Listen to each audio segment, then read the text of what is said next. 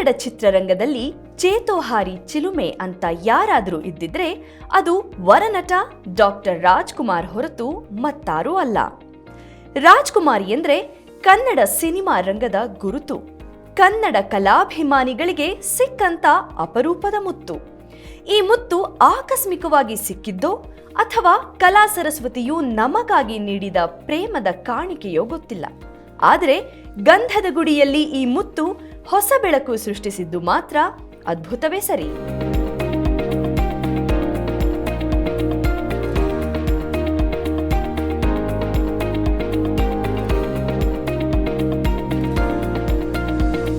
ಎಲ್ಲಿಯ ಗಾಜನೂರು, ಎಲ್ಲಿಯ ಗಾಂಧಿನಗರ, ಎಲ್ಲಿಯ ಮುತ್ತುರಾಜು, ಎಲ್ಲಿಯ ರಾಜಕುಮಾರ.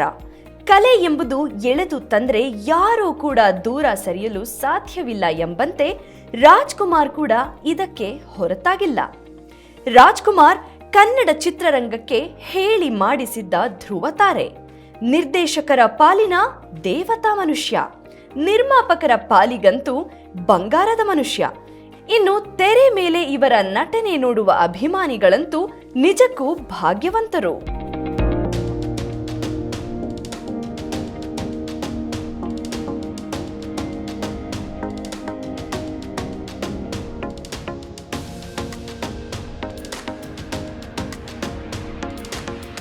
ನಮಗೆ ಬಬ್ರುವಾಹನ ಹೇಗಿದ್ದ ಗೊತ್ತಿಲ್ಲ, ಹಿರಣ್ಯಕಶಿಪುವಿನ ಪರಿಚಯವೇ ಇಲ್ಲ, ಸತ್ಯ ಹರಿಶ್ಚಂದ್ರನನ್ನಂತೂ ಕಂಡೇ ಇಲ್ಲ. ಆದ್ರೆ ನಮಗೆ ರಾಜ್ಕುಮಾರ್ ಅವರೇ ಬಬ್ರುವಾಹನ, ಅವರೇ ಹಿರಣ್ಯಕಶಿಪು, ಅವರೇ ಸತ್ಯ ಹರಿಶ್ಚಂದ್ರ. ಅಷ್ಟರ ಮಟ್ಟಿಗೆ ಪ್ರೇಕ್ಷಕರ ಮನಸ್ಸಿನಲ್ಲಿ ತಮ್ಮ ನಟನೆಯ ಅಚ್ಚುಮುದ್ರೆ ಹಾಕಿದ್ರು. ಕೊನೆಗೆ ಅಭಿಮಾನಿಗಳನ್ನೇ ದೇವರೆಂದ್ರು. ಈ ಬಹದ್ದೂರ್ ಗಂಡು ಅದಾವ ಗುರಿ ಇಟ್ಟುಕೊಂಡು ಕನ್ನಡ ಚಿತ್ರರಂಗಕ್ಕೆ ಬಂದಿದ್ರೋ ಗೊತ್ತಿಲ್ಲ. ಆದ್ರೆ ಇವರ ಎಂಟ್ರಿ ನಂತರ ಚಲಿಸುವ ಮೋಡಗಳ ಮಧ್ಯ ಕಾಮನಬಿಲ್ಲು ಮೂಡಿಬಂತು. ಚಿತ್ರರಂಗದಲ್ಲಿ ಹೊಸದೊಂದು ಅನುರಾಗ ಅರಳಿತು. ನಂತರ ಅಲ್ಲಿ ಸಿಕ್ಕಿದ್ದೆಲ್ಲ ಒಲವು ಗೆಲುವು ಮಾತ್ರ.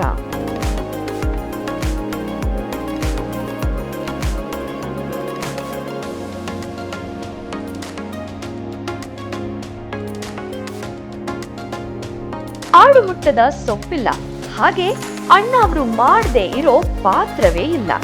ಹಳ್ಳಿ ಹುಡುಗನ ಪಾತ್ರಕ್ಕೂ ಸೈ, ಸೂಟು ಬೂಟು ಹಾಕೊಂಡು ಪಾಠ ಮಾಡೋ ಪ್ರೊಫೆಸರ್ ಪಾತ್ರಕ್ಕೂ ಜೈ. ಒಂದೆಡೆ ಬಂಗಾರದ ಪಂಜರದಲ್ಲಿ ಮುಗ್ಧ ವೀರ, ಮತ್ತೊಂದೆಡೆ ಸಂಪತ್ತಿಗೆ ಸವಾಲ್ ಹಾಕಿದ ಸ್ವಾಭಿಮಾನಿ ವೀರಭದ್ರ. ಒಂದು ಕಡೆ ಶಂಖ ಚಕ್ರಧಾರಿ ಶ್ರೀನಿವಾಸನು ಇವರೇ, ಇನ್ನೊಂದು ಕಡೆ ಭಕ್ತ ಕುಂಬಾರನು ಇವರೇ. ಭಾಗ್ಯದ ಲಕ್ಷ್ಮೀ ಬಾರಮ್ಮದಲ್ಲಿ ನಕ್ಕು ನಲಿಸುವ ಅಣ್ಣಾವ್ರು ಭಾಗ್ಯವಂತರು ಮೂಲಕ ಜೀವನದ ಶಿಸ್ತು ಹೇಳಿಕೊಡುವ ಗುರು. ಇವರ ಸಿನಿಮಾಗಳೇ ಒಂದು ರೀತಿ ಕಲಿಕಾ ಯೂನಿವರ್ಸಿಟಿ ಅಂದ್ರೂ ತಪ್ಪಿಲ್ಲ. ಯಾಕಂದ್ರೆ ಇವರ ಪ್ರತಿ ಸಿನಿಮಾದಲ್ಲೂ ಸಮಾಜಕ್ಕೆ ಉತ್ತಮ ಸಂದೇಶವಿರುತ್ತಿತ್ತು. ಅಣ್ಣಾವ್ರು ದುಶ್ಚಟವನ್ನ ಪ್ರಚೋದಿಸಿದ್ದು ಇಲ್ಲವೇ ಇಲ್ಲ.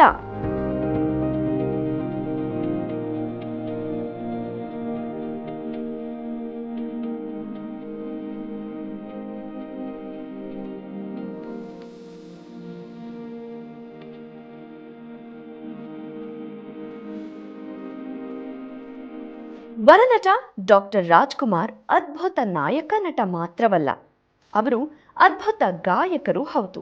ರಾಜ್ಕುಮಾರ್ ತಾವೊಬ್ಬರೇ ಎತ್ತರಕ್ಕೆ ಹೋದವರಲ್ಲ, ಇಡೀ ಕನ್ನಡ ಸಿನಿ ರಂಗವನ್ನೇ ಎತ್ತರಕ್ಕೆ ಬೆಳೆಸಿದ ಕನ್ನಡದ ಮಯೂರ. ಆದರೂ ಅತಿ ವಿರಳ ಎನ್ನುವಷ್ಟು ಸರಳ.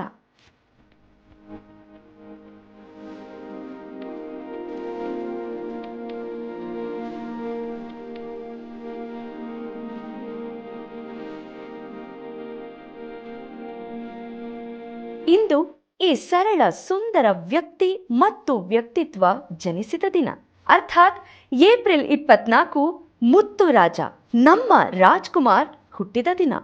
ಅವರ ಜನ್ಮ ವಾರ್ಷಿಕೋತ್ಸವದಲ್ಲಿ ಅವರನ್ನ ಸ್ಮರಿಸುತ್ತಾ, ಅಣ್ಣಾವರು ಎಂದೆಂದಿಗೂ ಅಜರಾಮರ ಎಂದು ಹೇಳುತ್ತಾ, ಅವರ ಸರಳತನಕ್ಕೆ ಒಂದು ಉದಾಹರಣೆ ಎಂಬಂತೆ ನಂಜನಗೂಡಿಗೂ ಅಣ್ಣಾವರಿಗೂ ಇರುವ ಅವಿನಾಭಾವ ಸಂಬಂಧ, ಅಣ್ಣಾವರ ಬಗ್ಗೆ ಕೆಲವೊಂದಿಷ್ಟು ಗೊತ್ತಿಲ್ಲದ ವಿಚಾರ ತಿಳಿಸುವ ಸಣ್ಣದೊಂದು ಪ್ರಯತ್ನ ನಮ್ಮದು.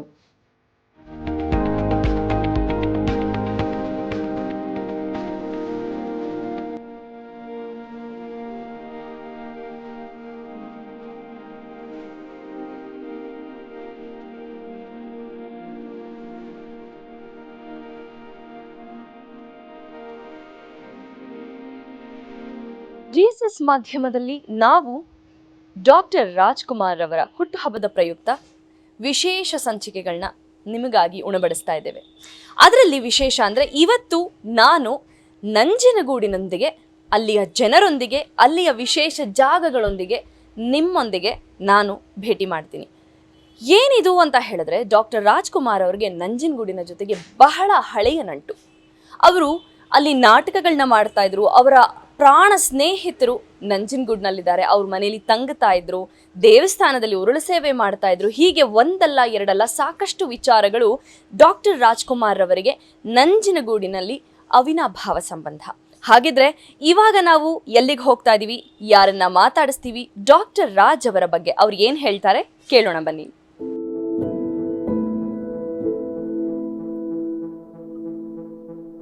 ನಾನೀಗ ನಂಜನಗೂಡಿನ ರಾಷ್ಟ್ರಪತಿ ರಸ್ತೆ, RP ರಸ್ತೆ ಅಂತಾನೆ ತುಂಬಾ ಫೇಮಸ್ಸು, ಅಲ್ಲಿದ್ದೀನಿ. ಆ ರೋಡ್ನ ವಿಶೇಷತೆ ಏನಂದ್ರೆ, ರಾಜ್ಕುಮಾರ್ ಅವರು ಇಲ್ಲಿ ಬರ್ತಿದ್ರು, ಉಳ್ಕೊಳ್ತಿದ್ರು, ಮಲಗ್ತಿದ್ರು, ಇಲ್ಲೇ ಊಟ ತಿಂಡಿ ಮಾಡ್ತಾ ಇದ್ರು.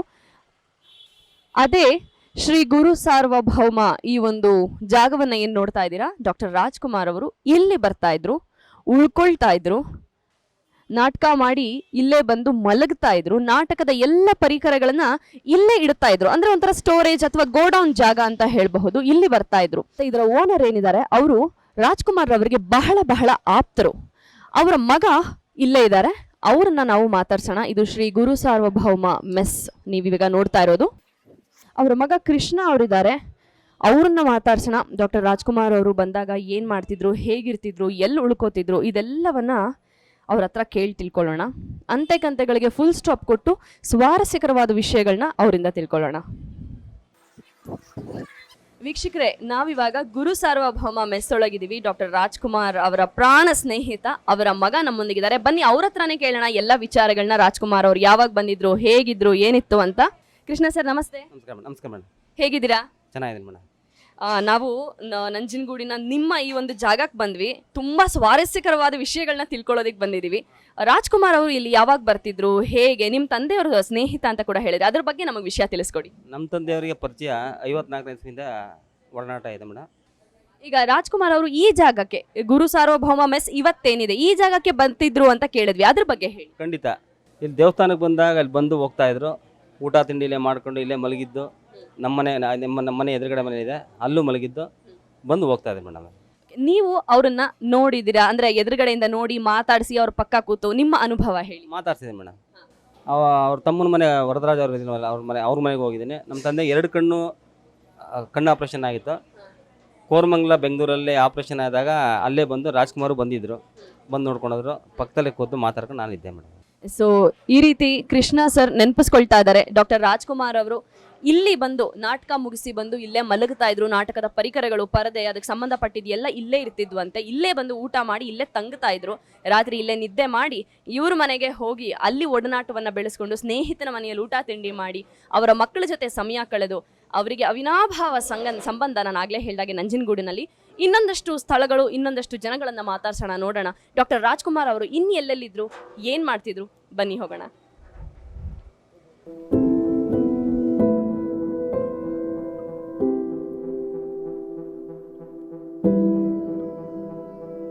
ವೀಕ್ಷಕರೇ, ಶ್ರೀ ಗುರು ಸಾರ್ವಭೌಮ ಮೆಸ್ಸಿಗೆ ಹೋಗಿದ್ವಿ. ಅಲ್ಲಿ ಕೃಷ್ಣ ಅವ್ರನ್ನ ಮಾತಾಡ್ಸಿದ್ವಿ. ಅವರ ತಂದೆ ನಾಗಪ್ಪರವರಿಗೆ ಡಾಕ್ಟರ್ ರಾಜ್ಕುಮಾರ್ ಅವ್ರು ತುಂಬಾ ಆಪ್ತರು ಅಂತ ಅದ್ರ ಬಗ್ಗೆ ಒಂದಷ್ಟು ಕತೆ ಕೇಳಿದ್ವಿ. ಈಗ ಅವರದ್ದೇ ಮನೆ ತಮ್ಮಡಗೇರಿ ಬೀದಿ ಏನಿದೆ ಅಲ್ಲಿ ಬಂದಿದ್ದೀವಿ. ಬನ್ನಿ, ನಾಗಪ್ಪನವರ ಪತ್ನಿ ಇದ್ದಾರೆ, ಅವರ ಮನೆ. ರಾಜ್ಕುಮಾರ್ ಅವರು ಅವ್ರ ಮನೆಗೆ ಬಂದು ಮಲ್ಕೋತಾ ಇದ್ರು, ಉಳ್ಕೊಳ್ತಾ ಇದ್ರು, ಊಟ ತಿಂಡಿ ಮಾಡ್ತಿದ್ರು. ಅಂತೆ ಕಂತೆಗಳನ್ನ ಬಿಟ್ಟು ಅದರ ಒರಿಜಿನಲ್ ಸ್ಟೋರಿ ಏನು ಅವರಿಂದನೇ ಕೇಳೋಣ ಬನ್ನಿ.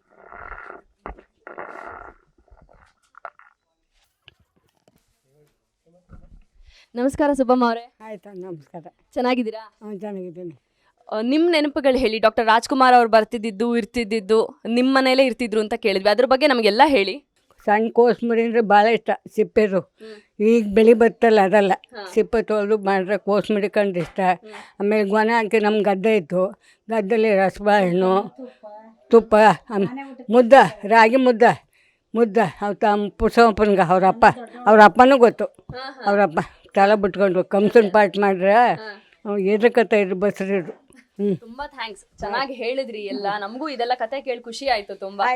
ನಾವು ಬರೀ ಎಲ್ಲೋ ನೋಡ್ತಿದ್ವಿ, ನಿಮ್ಮಿಂದನೇ ಕೇಳಿದ್ವಲ್ಲ, ಖುಷಿ ಆಯ್ತಮ್ಮ. ಒಳ್ಳೇದು ಮಾಡಿ.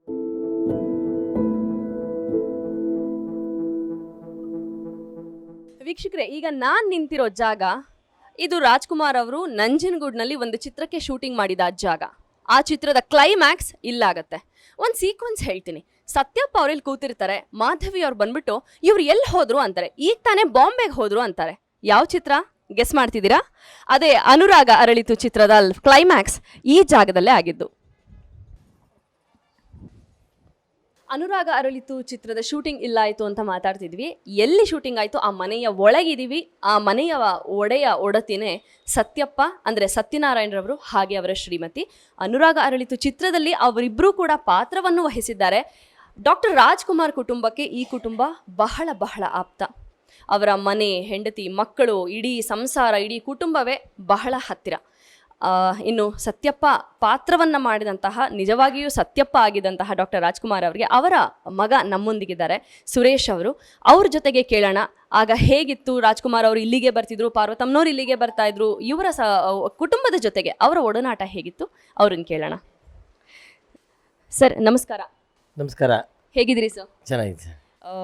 ನಾವು ತುಂಬ ಕುತೂಹಲದಿಂದ ಬಂದ್ವಿ ಇಲ್ಲಿಗೆ, ಈ ಜಾಗಗಳನ್ನ ನೋಡಬೇಕು, ನಿಮ್ಮನ್ನು ಮಾತಾಡಿಸ್ಬೇಕು ಅಂತ ಹೇಳಿ. ನಿಮ್ಮ ನೆನಪುಗಳನ್ನ ಮೇಲಕ್ಕೆ ಹಾಕ್ಬೋದಾ ಡಾಕ್ಟರ್ ರಾಜ್ ಕುಟುಂಬ ಜೊತೆಗೆ? ರಾಜ್ಕುಮಾರ್ ಅವರು ಸುಮಾರು ನಮ್ಮ ತಂದೆಯವರಿಗೆ ಸುಮಾರೊಂದು ಅವ್ರಿಗೂ ಇವ್ರಿಗೂ 1 ವರ್ಷ ಹೆಚ್ಚು ಕಡಿಮೆ ಅಷ್ಟೇ ಜೊತೆಯಲ್ಲಿ ನಾಟಕ ಮಾಡ್ತಾಯಿದ್ರು. ಬರುವೆ ಸುಮಾರು 2 ವರ್ಷಗಳ ಕಾಲ ನಮ್ಮ ತಂದೆಯವ್ರಿಗೆ ಆಶ್ರಯ ನೀಡಿದ್ರು ಅಂತ ನೆನಪಿಸ್ಕೋತಾ ಇದ್ರು. ಯಾವಾಗಲೂ ಅವರು ನಂಜನಗೂಡು ಜೊತೆಲಿ ನಾಟಕ ಮಾಡೋರು. ಸ್ವಲ್ಪ ಕಷ್ಟದ ಪರಿಸ್ಥಿತಿ ಇದ್ದು ನಮ್ಮ ತಂದೆ ದೊಡ್ಡಪ್ಪನ ಜೊತೆಲಿದ್ದು ಅವರು ಹಾಕಿದ ಬಟ್ಟೆಗಳನ್ನೇ ಅವ್ರು ಹಾಕ್ಕೊಂಡು ಅವ್ರು ನಮ್ಮಲ್ಲೇ ಊಟ ಮಾಡಿಕೊಂಡು ಸುಮಾರು 2 ವರ್ಷ ಇಲ್ಲಿ ಮಾರುತಿ ಕೆಫೆ ಅಂತ ಕೂತಿರೋರು ಅಂತ ಯಾವಾಗ ಜೊತೆಲಿರೋರು. ಅದೇ ಅಭಿಮಾನ ಅವರು ಚಲನಚಿತ್ರರಂಗೂ ಖ್ಯಾತಿ ಉತ್ತುಂಗಕ್ಕೇರಲು ಇಟ್ಕೊಂಡಿದ್ರು. ಎಲ್ಲಿ ಹೋದ್ರು ನಮ್ಮ ತಂದೆನ. ಮತ್ತು ಕರ್ನಾಟಕದಲ್ಲಿ ಅಥವಾ ಈ ಭಾರತದಲ್ಲಿ ಹೋಗು ಬಾನು ಅಂತ ಕರಿತಾ ಇದ್ದು ಕೆಲವೇ ಸ್ನೇಹಿತರು ನಮ್ಮ ತಂದೆಯೊಬ್ಬರು. ಹೋಗು ಬನ್ನು ಅಂತ ಕರಿತಾ ಯಾವಾಗಲೂ ಮುತ್ತು ಅಂತ ಕರಿತೀವಿ ನಮ್ಮ ತಂದೆಯವ್ರನ್ನ. ಸತ್ಯಣ್ಣ ಅಂತ ಅವ್ರು ಕರಿತಾಯಿದ್ರು. ಯಾವುದೇ ಫಂಕ್ಷನ್ ಆದರೂ ಕರೆಸ್ಕೊಳ್ಳೋರು.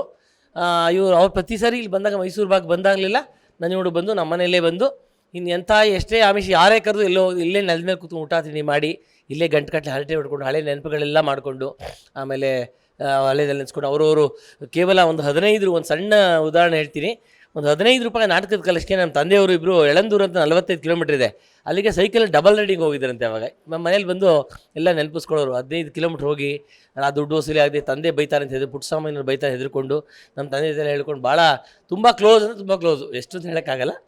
ತುಂಬ ಹೋಗು ಬಾ ಅಂದ್ಕೊಂಡು ಯಾವಾಗಲೂ ನಮ್ಮನೆ ತಿಳಿಸಾರು ತುಂಬ ಇಷ್ಟ. ನಮ್ಮ ತಾಯಿ ಮಾಡ್ತಾಯಿದ್ದು ನೆಲದ ಮೇಲೆ ಕೂತ್ಕೊಂಡು 3 ಸರಿ 4 ಸರಿ ಹಾಕ್ಸ್ಕೊಂಡು ತಿಳಿಸಾರು ಹೊಟ್ಟೆ ತುಂಬ ತಿಂದು ಬಾಯಿ ತುಂಬ ಲಡಕೆ ಹಾಕ್ಕೊಂಡು ಮಾಡಿ ಮೇಲೆ ಕೂತ್ಕೊಂಡು ಮಾತಾಡಿಕೊಂಡು ಜನಗಳ ಜೊತೆ ಬೆರೆಸ್ಕೊಂಡು ತುಂಬ ಭಾಳ ಚೆನ್ನಾಗಿದ್ದರು. ಅವ್ರು ಬಂದು ಹೋದ್ರೆ ಸ್ವರ್ಗ ಇದ್ದಂಗೆ ನಮ್ಮ ಮನೇಲಿ ದೇವ್ರು ಬಂದು ಹೋದಂಗೆ ಆಗ್ತಿತ್ತು. ಇಲ್ಲೆಲ್ಲ ಓಡಾಡ್ತಿದ್ರು ವರ್ಷಗಟ್ಟಲೆ. ನೆನೆಸ್ಕೊಂಡು ನನಗೂ ಕಣ್ಣಲ್ಲಿ ನೀರು ಬರುತ್ತೆ, ಯಾಕೆ ನಾವು ತುಂಬ ಅಭಿಮಾನಿಗಳವ್ರಿಗೆ. ಆಮೇಲೆ ತುಂಬ ಊಟಿನಲ್ಲಿ ಯಾರಿಗೂ ಶೂಟಿಂಗ್ ಆದ ಗಲಾಟೆ ಆದ ಹಿಂದಿನ ಸಹ ನಮ್ಮ ತಂದೆನ ಕರ್ಸ್ಕೊಂಡ್ರು ಬೇಜಾರು ಅಂತ. ಯಾಕೋ 15 ದಿವಸ ಆಯ್ತು ನೀವು ಬಂದುಬಿಡಿ ಅಂತ. ನನ್ನ ತಂದೆ ಬಸ್ಸಲ್ಲಿ ಹೋದ್ರವಾಗೆಲ್ಲ ಈ ಥರ ಕಾರು ಇರ್ತಿರಲಿಲ್ಲ. ಅಲ್ಲೋಗಿ ಹಾಲ್ಟಾಗಿ ಒಂದೇ ಒಂದು ಶಾರ್ಟ್ ಇದೆ ಬಾಕಿ ಸ್ಥಿತಿ ನೀವು ಹೊಟ್ಟೋಗು ಅಂತ ಅವರು ಮತ್ತು ರೂಪಾದೇವರು ಕಾರಲ್ಲಿ ಬಿಟ್ಟುಕೊಟ್ರು. ಬೆಳಗ್ಗೆ ಗಲಾಟೆ ಆಗೋಯ್ತಾರೆ ಊಟಿನಲ್ಲಿ. ಸದ್ಯ ನನಗೆ ಸತ್ಯಣ್ಣ ನೆನ್ನೆ ಆಗಿರೋ ಅಷ್ಟೇ ಅವ್ರು ಎಷ್ಟು ಕಾಳಜಿ ನಮ್ಮ ತಂದೆ ಬಗ್ಗೆ ಅಂದರೆ ನೆನ್ನೆ ಆಗಿರೋ ನನ್ನ ಸ್ನೇಹಿತಂಗೆ ಇಟ್ಟು ಬಿದ್ದು ಬಿಡ್ತಾ ಇತ್ತಲ್ಲ ಪಾಪ ಅಂತ ಆ ರೀತಿಯಾಗಿ ಯೋಚನೆ ಮಾಡಿ ಮತ್ತು ಇನ್ನೊಂದು ಇನ್ಸಿಡೆಂಟ್ ನಮ್ಮ ತಂದೆಗೆ 86ನೇ ಇಸ್ವಿನಲ್ಲಿ ಇಲ್ಲಿ 101 ಕೊಡ ಅಭಿಷೇಕ ಎಲ್ಲ ಮಾಡಿ ಹಾಲು ಮಾಡಿದಾಗ ಅವರಿಗೆ ನಮ್ಮ ತಂದೆಗೆ ಸ್ಟ್ರೋಕ್ ದೇವಸ್ಥಾನದಲ್ಲೇ ಆಗೋಯ್ತು. ಆವಾಗ ರಾಜ್ಕುಮಾರ್ ಖುದ್ದ ಕರ್ಕೊಂಡೋಗಿ ಮೈಸೂರು ಬಸಪ್ಪನ ಅಡ್ಮಿಟ್ ಮಾಡಿ 1 ತಿಂಗಳ ಕಾಲ ನೋಡಿಕೊಂಡ್ರು. ನಮ್ಮ ತಂದೆಗೆ ಸ್ವಲ್ಪ ಆಸ್ತಮಾ ಇತ್ತು, ಹಾಗೆ ಯೋಗಾಸನ ಹೇಳ್ಕೊಡೋರು, ಮೈಯೆಲ್ಲ ಇದು ಮಾಡೋರು. ಬಟ್ ಹುಷಾರು ತಗೊಂಡು ಮಲಗ್ದಲ್ವೇ ನಮ್ಮ ತಂದೆ ಬಂದು ಮೈಯೆಲ್ಲ ತೀಡಿ ನಮ್ಮ ತಂದೆಗೆ ಭಾಳ ಪ್ರೀತಿ. ನಮ್ಮ ತಂದೆ ಕಂಡ್ರೆ ಅಲ್ಲಿ ಹೋಗು ಬಾ ಅಂತ ಪದ್ಮಭೂಷಣ ಕೊಟ್ಟಾಗಲಿ ಬೆಂಗಳೂರು ಕರ್ಸ್ಕೊಂಡಿದ್ರು. ಅಲ್ಲಿದ್ದರು ಎಲ್ಲ ಫೋಟೋ ನಮ್ಮ ತಂದೆ ಜೊತೆ. ಎಲ್ಲ ಚಲನಚಿತ್ರಗಳು ಶತದಿನೋತ್ಸವ ಆದರೆ ನಮ್ಮ ತಂದೆ ಕರೆಸಿ ಅವ್ರಿಗೊಂದು ಮೆಮೊ ಕೊಡೋರು. ಪ್ರತಿಯೊಂದು ಫಿಲಮ್ ಅವಾಗ ಇವತ್ತನೇ ಇದು ಟೆಕ್ನಾಲಜಿ ಇಂಪ್ರೂವ್ ಆಗಿರಲಿಲ್ಲ. ಇಲ್ಲಿಗೆ ಬರೋದು ಬಾಕ್ಸ್ ಎಲ್ಲ ನಂಜನಗೂಡು ಬಂದು ಪೂಜೆ ಮಾಡಿಸ್ಕೊಂಡು ಮೈಸೂರು ಫಸ್ಟ್ ಶೋ ನಂಜನಗೂಡಲ್ಲಿ ಹೋಗಿ ನಮ್ಮ ತಂದೆನೇ ಪೂಜೆ ಮಾಡಿಸ್ಕೊಡ್ಬೇಕು. ಅವ್ರಿಗೆ ಪೂಜೆ ಮಾಡಿಸಿ ಮೈಸೂರಿಗೆ ಶುರು ಆಗ್ತಾಯಿತ್ತು. ಮತ್ತು ಯಾವುದೇ ಹೊಸ ಫಿಲಮ್ ಕ್ಲಾಪ್ ಆಗಬೇಕಾದ್ರೂ ಬೆಳಗ್ಗೆ 6 ಗಂಟೆಗೆ ನಮ್ಮ ತಂದೆ ಬಸ್ ಹತ್ತಿ 10 ಗಂಟೆಗೆ ಅಲ್ಲಿ ಕಟ್ಟಿರುವಷ್ಟು ಪ್ರಸಾದ ಕೊಟ್ಟ ಮೇಲೆ ಸ್ಟಾರ್ಟ್ ಮಾಡ್ತಾಯಿದ್ದು. ಎಲ್ಲೋ ಬಂದಿಲ್ಲ, ಆಟೋ ಬಂದಿಲ್ಲ ನೋಡಿ ಸತ್ಯಣ್ಣ ಬಂದ ಅಂತ ಕೇಳಿ ನಮ್ಮ ತಂದೆ ಬಂದ ತಕ್ಷಣ ಈಚೆ ಬಂದು ಪಂಚಾಮೃತ ಶಾಲೆ ಇಸ್ಕೊಂಡು ಕುಂಕುಮ ಇಡೋರು ಅಂತ ಇಟ್ಟ ಮೇಲೆ ಶುರು ಆಗ್ತಾಯಿದ್ದು. ಆ ರೀತಿಯಂಥ ಒಂದು ಅನುಭವ. ಒಂದು 80ನೇ ಇಸ್ವಿ ಎಲ್ಲ ಹಿಟ್ ಚಿತ್ರಗಳು ನಮ್ಮ ತಂದೆ ಇಲ್ಲೇ ಪೂಜೆ ಮಾಡಿಸ್ಬೇಕು, ಇವರೇ ತೊಗೊಂಬರ್ಬೇಕು. ಅವ್ರಿಗೂ ನಂಬಿಕೆ ಇತ್ತು. ನಮ್ಮ ತಂದೆ ಮಾಡಿಸಿದ್ರೆ ನಮ್ಮ ತಂದೆ ನಾಲ್ಗೆಲ್ಲ ಹತ್ರ ಮತ್ತಿತ್ತು ಅಂತ ಹೇಳೋರು. ನಮ್ಮ ತಂದೆ ಹೇಳೋರು ಅದಕ್ಕೆ ಒಳ್ಳೇದಾಗತ್ತೆ ಕಣೆ ಅಂತ. ಸರ್ ಇಲ್ಲಿಂದ ಪೂಜೆ ಮಾಡಿಸ್ಕೊಂಡು ಬೆಂಗಳೂರಿಗೆ 6 ಗಂಟೆ ಬಸ್ ಹತ್ತಿ ಹೋಗೋರು ನಮ್ಮ ತಂದೆ. 9 ಸ್ಟುಡಿಯೋಗೆ ಇಳಿದ ತಕ್ಷಣ ಕಾಯ್ಕೊಂಡು ಬಂದು ಸ್ಟುಡಿಯೋ ಬಂದ ತಕ್ಷಣ ಇವ್ರಿಗೆ ಪ್ರಸಾದ ಕೊಟ್ಟ ಮೇಲೆ ಶುರು ಮಾಡಿದ್ರು ಮೊದಲನೇ ಶಾಟು. ಅಲ್ಲಿವರೆಗೂ ಆಗ್ತಿರಲಿಲ್ಲ. ಈಗ ನೀವು ಕೂಡ ಆ ಸಮಯದಲ್ಲಿ ಚಿಕ್ಕ ಹುಡುಗರಾಗಿದ್ರಿ, ಸೊ ನಿಮ್ಮನ್ನ ಮಾತಾಡ್ಸಿದ್ದು, ನಿಮ್ಮನ್ನ ಅಪ್ಕೊಂಡಿದ್ದು, ತೊಡೆ ಮೇಲೆ ಕೂರಿಸಿದ್ದು, ತಿನ್ಸಿದ್ದು, ಆ ಥರ ಏನಾದರೂ ಮೆಮೊರೀಸ್ ಇದೆಯಾ? ನಮ್ಮ ನನ್ನ ಈ ಬರ್ತಿದ್ದಂಗೆ ನಮ್ಮ ಮನೆ ಫ್ಯಾಮಿಲಿ ಮೆಂಬರ್ಸ್ ಎಲ್ಲ ಗುರ್ತಿಡಿಯೋರು. ಎಷ್ಟೇ ಪದ್ಮಭೂಷಣ ಮೆರವಣಿಗೆ ಹೋಗ್ತಾ ಇದೆ, ನಮ್ಮ ತಾಯಿ ನೋಡಿ, ನಿಮ್ಮ ತಾಯಿ ಇಲ್ಲಿ, ಅಮ್ಮ ಇಲ್ಲಿ, ಅಮ್ಮ ಇಲ್ಲಿ ಅಂತ ಕೇಳಿದ ಮೇಲೆ ಅಮ್ಮಂಗೆ ನಮಸ್ಕಾರ ಮಾಡಿ, ನಮ್ಮ ಮನೆ ಚೆನ್ನಾಗಿ ಗೊತ್ತಿತ್ತು ಅವ್ರಿಗೆ. ಅವಾಗ ಅಂಬಾಸಿಡರ್ ಕಾರ್ ಇತ್ತು, ಅದು ದೊಡ್ಡ ಕಾರು ಇರಲಿಲ್ಲ ಪಾಪ. ಬಂದು ಸೀದಾ ಬಂದರೆ ಇಲ್ಲಿ ಬಂದ್ಬಿಡೋರು. ಏನು ನಮ್ಮ ತಂದೆ ಹಿಂದಿನ ಸಲ ಹೇಳಿರು, ನಾಳೆ ಇದು ಮಾಡಿಸು, ಆ ತಿಂಡಿ ಮಾಡಿಸು, ಈ ತಿಂಡಿ ಮಾಡಿಸು ಅಂತ ಹೇಳೋರು. ಅವ್ರು ಏನು ಮಾಡಿ ಹೇಳ್ತಾರೆ ನಮ್ಮ ತಂದೆ ರೆಡಿ ಮಾಡಿಸಿದ್ರು. 10 ನಿಮಿಷ ನಮ್ಮ ತಾಯಿ ಮಾಡ್ಕೊಡೋರು. ಅವಾಗ ಗ್ಯಾಸ್ ಇರ್ತಿರ್ಲಿಲ್ಲ, ಏನು ಇರ್ತಿರ್ಲಿಲ್ಲ. ಒಂದು 45 ಜನ ಬಂದ್ಬಿಡೋರು ಜೊತೆಲಿ, ಎಲ್ಲ ನಿರ್ಮಾಪಕರು. ಇವತ್ತು ಕೋಟಿ ಎಲ್ಲರೂ ಅವ್ರ ಜೊತೆ ನೆಲದ ಮೇಲೆ ಊಟ ಮಾಡಿದ್ದಾರೆ. ರಾಕ್ಲೈನ್ ವೆಂಕಟೇಶು ಅವ್ರ ತಂದೆ ಹೆಸರಲ್ಲೇ ಒಂದು ನಮ್ಮ ತಂದೆ ರೂಮ್ ಕಟ್ಸಿದ್ರು ಅವ್ರ ಹೆಸರಲ್ಲೇ. ಅವ್ರು ಕೊಡೋ ಚಿಲ್ಲರೆ ಎಲ್ಲ ನಮ್ಮ ತಂದೆ ಸಂಗ್ರಹ ಮಾಡಿ, ಅದು ಈ ಪೂಜೆಗೆ ಬರ್ತಿರಲ್ಲ ಆ ದುಡ್ಡು ಮಿಗದನ್ನ ಇಟ್ಟು ಒಂದು ರೂಮ್ ಕಟ್ಸಿದ್ರು ನಮ್ಮ ತಂದೆ. ಒಂದು 150 ರೂಪಾಯಿ ಮಿಗದು ಇಟ್ಟಿಡು. ರಾಜ್ಕುಮಾರ್ ತಂದೆ ತಾಯಿ ಹೆಸರು ಒಂದು ರೂಮ್ ಇದೆ ಇಲ್ಲಿ ಗಿರಿಜಾ ಕಲ್ಯಾಣ ಮಂದಿರಲ್ಲಿ. ಆವಾಗ ಒಂದು 500 ರೂಪಾಯಿ ಮಿಕ್ತಾ ಹಂಗೆ ಇಟ್ಕೊಂಡು ಸತ್ಯಣ್ಣ ಅದೆಲ್ಲ ಜೋಡಿಸಿ ನಮ್ಮ ತಂದೆ ಆ ದುಡ್ಡನ್ನು ರೂಮ್ ಕಟ್ಸಿದ್ರು. ಆ ದುಡ್ಡಲ್ಲಿ ಉಳ್ಕೊಳ್ಳೋರು ಬಂದು 3 ಗಂಟೆ ಹೊಳೆಗೆ ಹೋಗಿ ತಣ್ಣೀರು ಸ್ನಾನ ಮಾಡಿ ಇಬ್ಬರೇ ಹೋಗೋ. ನಾವು ಚಿಕ್ಕಡು ಹೌಸ್ಕೊಂಡು ನೋಡ್ತಾ ಇದ್ವಿ. 3-4 ಗಂಟೆಗೆಲ್ಲ ಮುಗಿಸ್ಕೊಂಡು 6 ಗಂಟೆಗೆ ವೈಟ್ ಬಿಳಿ ಶುಭ್ರ ವಸ್ತ್ರ ನಿಂತ್ಬಿಡೋದು ದೇವಸ್ಥಾನದ ಅವರು ಉಳ್ಸೆವೆಲ್ಲ ಮಾಡಿ. ನಮ್ಮ ತಂದೆ ಮುಂದೆ ಮಾತಾಡ್ಕೊಂಡು ಕಲ್ಲೆಲ್ಲ ಎತ್ಕೊಂಡು ಹೋಗಿ ಚುಚ್ಚುತ್ತೆ ಫ್ರೆಂಡ್ಗೆ ಅಂದ್ಬಿಟ್ಟು ಕಲ್ಲೆಲ್ಲ ತೆಗೆದು ಇಷ್ಟೆಲ್ಲ ಇಲ್ಲ, ಕಲ್ಲೆಲ್ಲ ಎತ್ಕೊಂಡು ಪಾಪ ಕೊಳೆ ಮುಳ್ಳುಗಿಲ್ಲ ಎತ್ಕೊಂಡು ನಮ್ಮ ತಂದೆ ಮುಂದೆ ಹೋಗೋರು, ಹಿಂದೆ ಮಾಡ್ಕೊಂಡು ಹೋಗೋರು. ಉಳ್ಬಿಡ್ತೀನಿ ಸತ್ಯಣ್ಣ ಬಂದು ಅಂದ್ಬಿಡೋರು. ಅಷ್ಟು ಸುಸ್ತಿಲ್ಲದೆ ಅಷ್ಟು ವಯಸ್ಸಲ್ಲೇ ಉರುಳ್ತಾ ಇದ್ರು. ಪೂರ್ತಿ ಮುಗಿಸ್ಕೊಂಡು ಸ್ನಾನ ಮಾಡಿ ಅಲ್ಲಿ ಮುಗಿಸ್ಕೊಂಡು ನಾವು ಮನೆಗೆ ಬಂದು ತಿಂಡಿ ತಿನ್ಕೊಂಡು ಇಲ್ಲೊಂದು ಗಂಟೆ ಇದ್ಕೊಂಡೆ ಹೋಗ್ತಾಯಿದ್ರು. ಎಲ್ಲೂ ಬಿಟ್ಟು ಹೋಗ್ತಿರ್ಲಿಲ್ಲ ನಮ್ಮ ತಂದೆನ. ರಾತ್ರಿ ನಾನು ಆಚೆ ನಿಂತಿದ್ದೀನಿ, ಒಂದು ದೊಡ್ಡ ಬೆನ್ಸ್ ಕಾರ್ ಬಂದ್ಬಿಡ್ತು. ಯಾರಿಲ್ಲದೆ ರಾಜ್ಕುಮಾರ್ ಬೀತೋ ಚಪ್ಪಲಿ ಇಲ್ಲ, ಎಲ್ಲ ಒಂದು ಲುಂಗಿ ಹಾಕೊಂಡು ಇಳಿದ್ಬಿಟ್ರು ಬನ್ಸಿದ. ಅವಾಗ ಎಲ್ಲ ಎಲ್ಲಿದ್ದಾರಪ್ಪ, ಎಲ್ಲ ನಾನು ಬಿಟ್ಬಿಟ್ಟು ಮೈಸೂರು ನಾನೊಬ್ಬನೇ ಏನು ಮಾಡಲಿ ಇಲ್ಲಿ ಬಂದ್ಬಿಟ್ರು ರಾತ್ರಿ.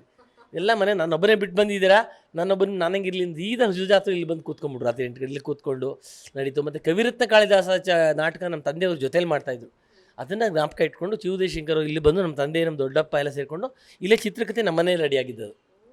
ಇಲ್ಲೇ ರೆಡಿಯಾಗಿ ನಮ್ಮ ತಂದೆ ಕೆಲ ವಿದ್ವದಾಜ ಶಿಖಾಮಣಿ ಹಾಡೆಲ್ಲ ಹೇಳಿಸ್ಬಿಟ್ಟು ಅವ್ರು ರಾಜ್ಕುಮಾರ್ ಅರ್ಧ, ನಮ್ಮ ತಂದೆ ಕುರುಬನ್ ಪಾಠ ಮಾಡೋರು, ಅಲ್ಲಿಂದ ರಾಜ್ಕುಮಾರ್ ಮಾಡ್ತಾಯಿದ್ರು ಅರ್ಧ ನಾಟಕದ ಕಂಪ್ನಿಗಳಲ್ಲಿ. ಅದನ್ನು ಇಲ್ಲೇ ಆಗಬೇಕು ಸತ್ಯಣ್ಣ ಮನೇಲಿ ರೇಣುಕಾ ಶರ್ಮಾ, ಉದಯ್ ಶಂಕರ್ ಎಲ್ಲ ಇಲ್ಲಿ ಬಂದು ಇಲ್ಲಿ ರೆಕಾರ್ಡ್ಗಳು ಮಾಡ್ಕೊಂಡು ಆ ಚಿತ್ರದ ಇವತ್ತು ಮೊದಲನೇ ಲೈನಲ್ಲಿ ಕೃತಜ್ಞತೆಗಳು ನಂಜುಂಡ ಸತ್ಯಣ್ಣ ಅಂತ ಇದೆ, ಅಲ್ಲಿ ನೋಡ್ಬೋದು, ಅವ್ರು ನೆನೆಸ್ಬೋದು. ಇನ್ನು ರಾಜ್ಕುಮಾರ್ ಅವರ ಅತ್ಯಂತ ಆತ್ಮೀಯ ಸ್ನೇಹಿತರಾದಂತಹ ಸತ್ಯಪ್ಪ ಅಂದರೆ ಸತ್ಯನಾರಾಯಣರವರ ಶ್ರೀಮತಿ ಅವರು ಸುಭದ್ರಮ್ಮ ಅವರಿದ್ದಾರೆ. ಅಮ್ಮ ನಮಸ್ತೆ. ನಮಸ್ತೆ. ರಾಜ್ಕುಮಾರ್ ಅವರು ಇಂಥದ್ದೇ ಮಾಡಿಸು ಸತ್ಯಪ್ಪ ನನಗೆ ಅದಿಷ್ಟ ಇದಿಷ್ಟ ಅಂತ ಕೇಳ್ಕೋತಿದ್ರಂತೆ, ನೀವು ಅದನ್ನೆಲ್ಲ ಮಾಡ್ಕೊಡ್ತಿದ್ರಂತೆ. ಆ ನೆನಪುಗಳು ನಮಗೆ ಹಂಚ್ಕೊಳ್ಳಿ. ಇಡ್ಲಿ ಎಲ್ಲ ಮಾಡ್ಕೊಡ್ತಾ ಇದ್ವಿ. ಅವಾಗ ಇಷ್ಟು ಸೌಕರ್ಯ ಏನೂ ಇರಲಿಲ್ಲ. ಸ್ಟೌವಲ್ಲಿ ಎಲ್ಲ ಇದು ಮಾಡೋರು. ನಾವು ಅವ್ರ ಮಡ್ರಾಸ್ಗೆಲ್ಲ ಹೋಗಿದ್ವಿ. ಶಿವರಾಜ್ ಕುಮಾರ್ ರಿಸೆಪ್ಷನ್ಗೆ ಹೋಗಿದ್ವಿ. ಇನ್ನೊಂದ್ಸತಿ ಹೋಮ ಎಲ್ಲ ಇಡಿಸಿದ್ರು. ಇಲ್ಲಿಂದಾನೇ ಪುರೋಹಿತರನ್ನೆಲ್ಲ ಕರ್ಕೊಂಡು ಹೋಗಿದ್ವಿ. ನೀವು ಬನ್ನಿ ಅಮ್ಮ ಅಂದಿದ್ರು. ನಾನು ನಮ್ಮ ಮನೆಯವ್ರ ಜೊತೆ ಹೋಗಿ ಅಲ್ಲಿ ನಮಗೆ ಹೋಟ್ಲೆ ಇಳಿಸ್ತಾರೆ. ಇಳಿಸಿ ಆಮೇಲೆ ನಮ್ಮ ಹತ್ರನೇ ಕೂತ್ಕೊಂಡು ಮಾತಾಡಿ ಮಟ್ಟಿ ಹಣ್ಣು ಹಾಲು ಎಲ್ಲ ಕೊಟ್ಟು ಇದು ಮಾಡ್ತಾರೆ. ಆಮೇಲೆ ಬರುವಾಗ ಉಡುಗೊರೆ, ರೇಷ್ಮೆ ಸೀರೆ, ಅವ್ರಿಗೆ ಪಂಚೆ ಎಲ್ಲ, ಬಸ್ ಟಿಕೆಟು ಎಲ್ಲ ಅವ್ರದ್ದೇ, ಎಲ್ಲ ಚೆನ್ನಾಗಿ ನೋಡ್ಕೊಳ್ಳೋರು.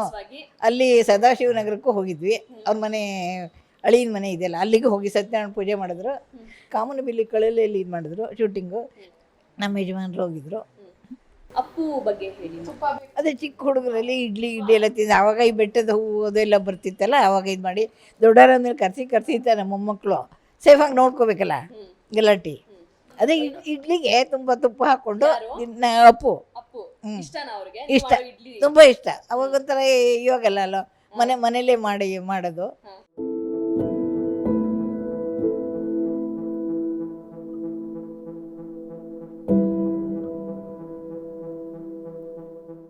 ಪ್ರಖ್ಯಾತರಾಗಿರ್ತಕ್ಕಂಥ ಡಾಕ್ಟರ್ ರಾಜ್ಕುಮಾರ್ರವರು ಇಲ್ಲೇ ಗಾಜನೂರು ಅಂತ ತಮಗೆಲ್ಲ ಗೊತ್ತಿದೆ. ಅವರು ಇಲ್ಲೇ ಹುಟ್ಟಿ ಇಲ್ಲೇ ಬೆಳೆದು ಇಲ್ಲೇ ಇರ್ತಾಯಿದ್ರು. ಈ ಮೂಲೆ ಗಣಪತಿ ಇದೆಯಲ್ಲ, ಅಲ್ಲಿ ಗಣಪತಿಗೆ ಇಡಗಾಯಿ ಹಾಕಿದ್ರೆ ಇಡಗಾಯಿ ತೊಗೋತಾಯಿದ್ರು.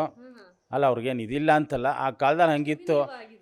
ಅಷ್ಟು ದೇವರು ಮತ್ತು ಧರ್ಮ ಬ್ರಾಹ್ಮಣರು ಅಂತಂದರೆ ತುಂಬ ಗೌರವಯುತವಾಗಿ ನಡ್ಕೋತಾಯಿದ್ರು ಅವರು. ಅತ್ಯಂತ ಇವಾಗ ನಮ್ಮನ್ನೆಲ್ಲ ಆಗಲಿ ಇವಾಗ ನಮ್ಮನ್ನು ಹರಿಪಾದ ಸೇವಿದ್ದಾರೆ. ಅವ್ರ ಮಕ್ಕಳುಗಳು ಮೊನ್ನೆ ಕೂಡ ಪಾಪ ಒಬ್ಬರು ಇದಾದರು. ಅವರ ಆತ್ಮಕ್ಕೆ ಶಾಂತಿ ಸಿಗಲಿ ಅಂತ ನಮ್ಮ ರಾಯರ ಮಠದೊಂದೇ ಪ್ರಾರ್ಥನೆ ಮಾಡ್ತೀವಿ. ಅವರು ಈ ಮಠಕ್ಕೆ ಅನೇಕ ಈ ಊರಿಗೆ ನಂಜುಂಡೇಶ್ವರ ಅಂತಂದರೆ ಅಷ್ಟು ಅವ್ರಿಗೆ ಇದು ನಂಜುಂಡೇಶ್ವರನ ಬಂತು ಅಂತಂದರೆ ಮೂಲೆ ಗಣಪತಿ ಈ ರಾಯರು ಇಲ್ಲಿ ಬಂದು ಅನೇಕ ಸೇವೆಗಳೆಲ್ಲ ಮಾಡಿದ್ದಾರೆ. ಪಾರ್ವತಮ್ಮನವರು, ಅವರು ರಾಜ್ಕುಮಾರು, ಶಿವರಾಜ್ಕುಮಾರು, ರಾಘವೇಂದ್ರ ರಾಜ್ಕುಮಾರ್ ಫ್ಯಾಮಿಲಿಯವರೆಲ್ಲರೂ ಕೂಡ ಈ ನಂಜನಗೂಡು ರಾಯರ ಬಗ್ಗೆ ತುಂಬ ಹೈ ರಿಗಾರ್ಡ್ಸ್ ಇಟ್ಕೊಂಡು ಅನೇಕ ಸೇವೆಗಳೆಲ್ಲ ಮಾಡಿ ಹಾಗೆ ಅವ್ರಿಗೆ ಅನುಗ್ರಹನೂ ಆಗಿದೆ.